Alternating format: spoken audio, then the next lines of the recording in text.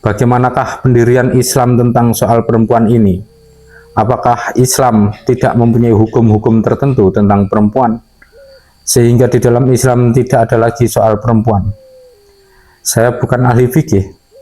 Tentunya agama Islam mempunyai hukum-hukum tertentu tentang perempuan, tetapi saya mengetahui bahwa di dalam masyarakat Islam, dulu dan sekarang, yang beberapa aliran tentang posisi perempuan, ada yang kolot, ada yang modern, ada yang sedang. Semuanya membawa dalil-dalilnya sendiri, mana yang benar, mana yang salah. Sekali lagi saya berkata bahwa bukan ahli fikih. Saya beragama Islam, saya cinta Islam. Saya banyak mempelajari sejarah Islam dan gerak-gerik masyarakat Islam. Tetapi sayang, beribu sayang, saya bukan ahli fikih. Walaupun demikian, saya telah mencari beberapa tahun lamanya di banyak buku-buku yang dapat saya baca. Bagaimanakah sebenarnya posisi perempuan dalam Islam? Sebagai saya katakan tadi, tentang hal ini saya menjumpai banyak aliran. Sehingga bolehlah saya katakan di sini, bahwa di dalam masyarakat Islam pun masih ada soal perempuan. Kesan yang saya dapat daripada apa yang saya baca itu adalah sama dengan kesan yang didapat oleh Miss Frances Walsmore sesudah beliau mempelajari posisi perempuan di dalam masyarakat Islam itu, yakni kesan bahwa soal perempuan adalah justru bagian yang most debated, bagian yang paling menimbulkan pertikaian di dalam masyarakat Islam. Malahan seorang wanita Islam Indonesia sendiri, Encik Ratnasari, yang dulu di Padang, di dalam satu risalah yang membicarakan soal perempuan, ada menulis, masyarakat kita pun masih mengandung dilema.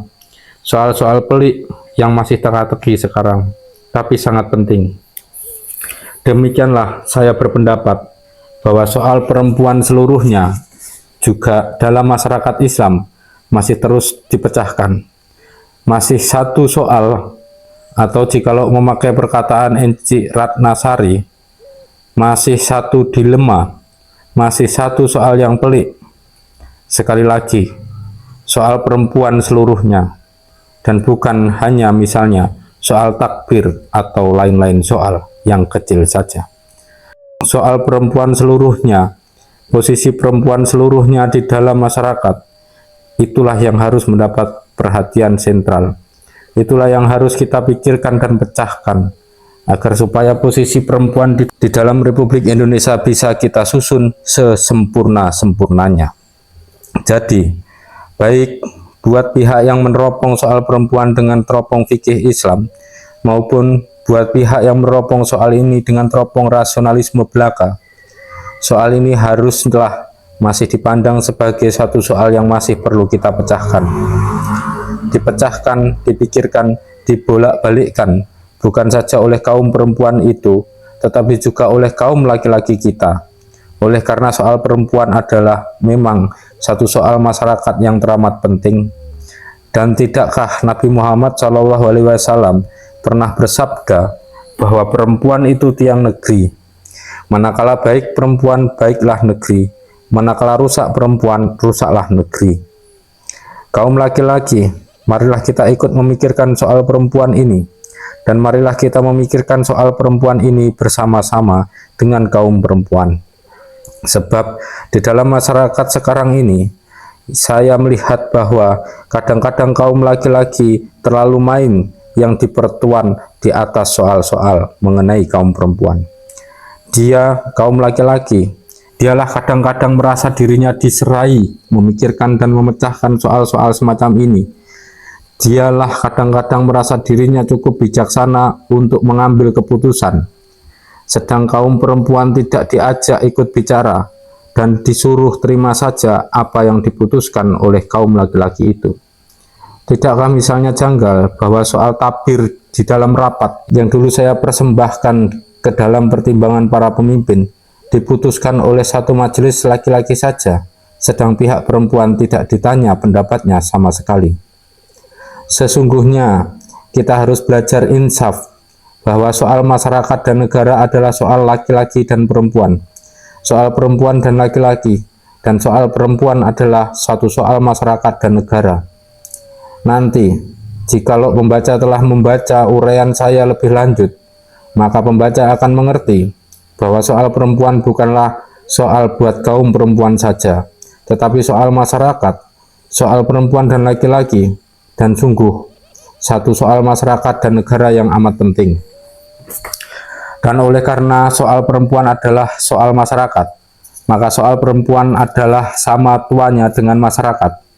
Soal perempuan adalah sama tuanya dengan kemanusiaan, atau lebih tegas, soal laki-laki perempuan adalah sama tuanya dengan kemanusiaan. Sejak manusia hidup di dalam gua-gua dan rimba-rimba, dan belum mengenal rumah, sejak zaman Adam dan Hawa, kemanusiaan itu pincang, terganggu oleh soal ini. Manusia zaman sekarang mengenal soal perempuan, manusia zaman purbakala mengenal soal laki-laki. Sekarang kaum perempuan duduk di tingkatan bawah, di zaman purbakala kaum laki-laki lah duduk di tingkatan bawah.